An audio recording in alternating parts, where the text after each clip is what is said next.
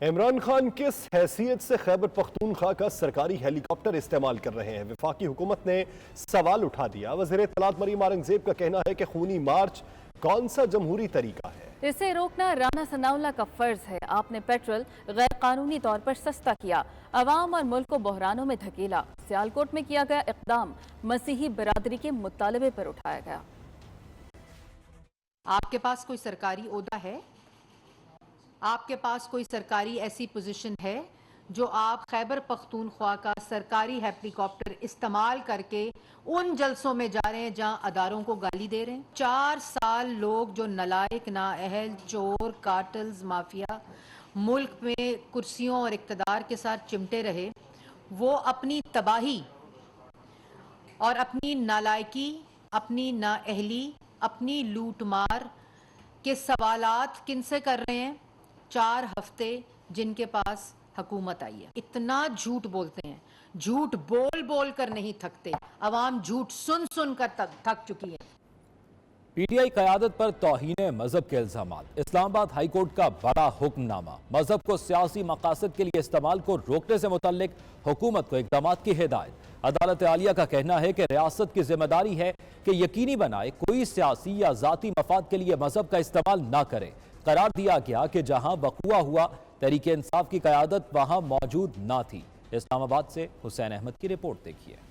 P T I قیادت کے خلاف توہین مذہب مقدمات سے متعلق دائر درخواستوں پر اسلام آباد ہائی کورٹ کے چیف جسٹس اطہر من اللہ نے 5 صفحات پر مشتمل تحریری حکم نامہ جاری کر دیا۔ حکم نامے میں کہا گیا ہے کہ وفاقی حکومت مذہبی جذبات کے غلط استعمال کے مبینہ تاثر کو زائل کرنے کے لیے اقدامات کرتے ہوئے یقینی بنائے کہ پی ٹی آئی قیادت کے واقعے میں ملوث ہونے کے ٹھوس شواہد کے بغیر مقدمہ درج نہیں ہوگا۔ تحریری حکم نامے میں کہا گیا ہے کہ درخواست گزار کے مطابق عمران خان اور پی ٹی آئی قیادت کے خلاف انتقامی روایاں کی جا رہی ہے۔ سعودی عرب واقعے کے مقدمات سیاسی طور پر پاکستان میں درج کیے جا رہے ہیں۔ عدالت کا کہنا ہے کہ سعودی حکام نے حکومت پاکستان کو پی ٹی آئی قیادت کو مشتبہ قرار دینے کی کوئی اطلاع نہیں دی۔ ماضی میں ریاستی عناصر کی جانب سے مذہب کے غلط استعمال نے لوگوں کی زندگیاں خطرے میں ڈالی۔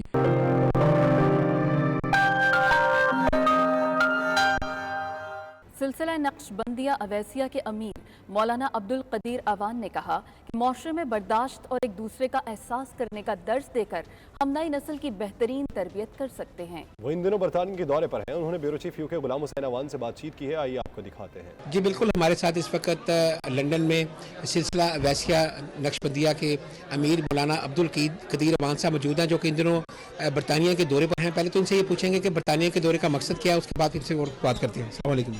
وعلیکم السلام۔ جیسے آپ نے تعارف میں سلسلہ نقش بندیہ اویسیہ کا تذکرہ کیا، تو یہی تذکرہ میرا تعارف بھی ہے، جہاں میرا مقصد بھی ہے وہیں پر۔ تو یہاں حاضر ہونے کا مقصد یہی ہے کہ جو اپنے احباب سلسلہ عالیہ کے ہیں ان کی تربیت کی جائے، نئے احباب تک ایک دعوت جائے اور ایک بعمل زندگی جو ہے اس کی تربیت کی جائے۔ علماء کرام جب آپ بات کریں گے نا تو ایک استاد کا درجہ رکھتا ہے، عالم ہو، صوفی ہو، ایک استاد ہے۔ جس طرح آپ اساتذہ کی ذمہ داری لیں گے، اسی طرح یہ بھی ایک اساتذہ کے حوالے سے ان کی ذمہ داری آئے گی۔ لیکن یہ ذمہ داری آپ علماء پر ڈالیں، آپ سیاستدان پر ڈالیں، آپ کسی معاشرے کے انڈیویجول سائٹ پر رکھیں، یہ ہم سب کی کولیکٹیو ذمہ داری ہے۔ سب سے پہلے تو انسٹیٹیوشن والدین ہیں، پھر یہی درجہ بدرجہ جو اساتذہ ہیں، یہ سارے ذمہ دار ہیں معاشرے کے۔ لیکن ایک نظام تعلیم جس پر اساتذہ کام کرتے ہیں وہ بڑی بنیادی حیثیت رکھتا ہے، اور آج ہمارا نظام تعلیم آپ کو جدت سکھاتا ہے لیکن آپ اقدار سے دور ہوتے جاتے ہیں۔ وہ آپ کو کہتے ہیں اٹس یور لائف، اور یہ جو ہے نا اٹس یور لائف، یہ آپ کو آئسولیشن میں دیتی ہے۔ آپ جب کمبائن فیملی سسٹم میں ہوتے ہیں تو آپ کو لحاظ کرنا پڑتا ہے، بڑے کی سننی پڑتی ہے، چھوٹے کے ساتھ برتاؤ کرنا پڑتا ہے، چونکہ سب کو ساتھ لے کر چلنا ہوتا ہے۔ اور یہ جو آئسولیٹڈ انداز ہے نا زندگی کا، اس نے ہمیں اور تلخ کر دیا ہے، چونکہ انسان کا مطلب ہی ہے کہ وہ جو مل جل کر رہے، یہ اس کی طبعی حیات ہے کہ مل جل کر رہتا ہے، انداز ہے زندگی کا۔ ہم آئسولیٹڈ ہوتے جا رہے ہیں، ہم سکرین پر بیٹھے ہیں، گھر کے 4 فرد ہیں، 4 سکرین آن ہیں، کوئی کسی کو نہیں معلوم دن بھر کون کہاں رہا، اس کے حالات کیا رہے۔ انتہائی ضرورت کی بات ہے وہ ہم آپس میں کرتے ہیں۔ تو تصوف کے حوالے سے جو تربیت کی جاتی ہے اور اللہ سکھائی جاتی ہے مخلوق میں، تو اس کا مقصد یہ ہوتا ہے کہ وہ جو بندگی کی چاشنی ہے وہ بندے کو حاصل ہو، اور وہ چاشنی اس قابل کرے کہ بندہ سنت خیر الانام پر عمل پیرا ہو. دین اسلام دین فطرت ہے، تمام فطری تقاضے بھی پورے فرماتا ہے، اور ہر عمل عبادت کے کسی نہ کسی درجے میں داخل ہوتا ہے. تو جب زندگی میں فیصلے درست ہوں گے تو زندگی سہل اور آسان ہوگی، اور زندگی عبادات سے مزین ہوگی تو آخرت تعمیر ہوگی. جب انحطاط آتی ہے نا تو معاشرے کے چاروں کونوں میں آتی ہے، تو آپ کسی ایک کونے کو آپ الگ کر کے نہیں بیان کر سکتے. اور یہ تاثر بھی درست نہیں ہے کہ دینی شعبے سے جو ہے وہ تخریب پھیل رہی ہے. آپ سرچ کر کے دیکھیں کہ کتنے ماسٹر ڈگری ہولڈرز جو ہیں وہ کیسے کیسے بم بلاسٹ میں ثابت ہوئے ہیں، میڈیا نے ثابت کیے ہیں. اور اسی ریشو کو اگر آپ نکال کر لائیں تو جو مذہبی تربیت یافتہ لوگ ہیں ان میں شاید آپ کو وہ ریشو کم ملے، لیکن چونکہ معاشرے میں جب انحطاط آتی ہے یا لا قانونیت آتی ہے تو اس کا افیکٹ ہر طرف جاتا ہے.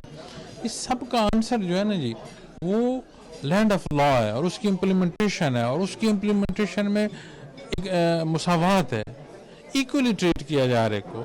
اور یہ وہ کی ہے جو انسانی معاشرے کو کامیاب کر سکتی ہے.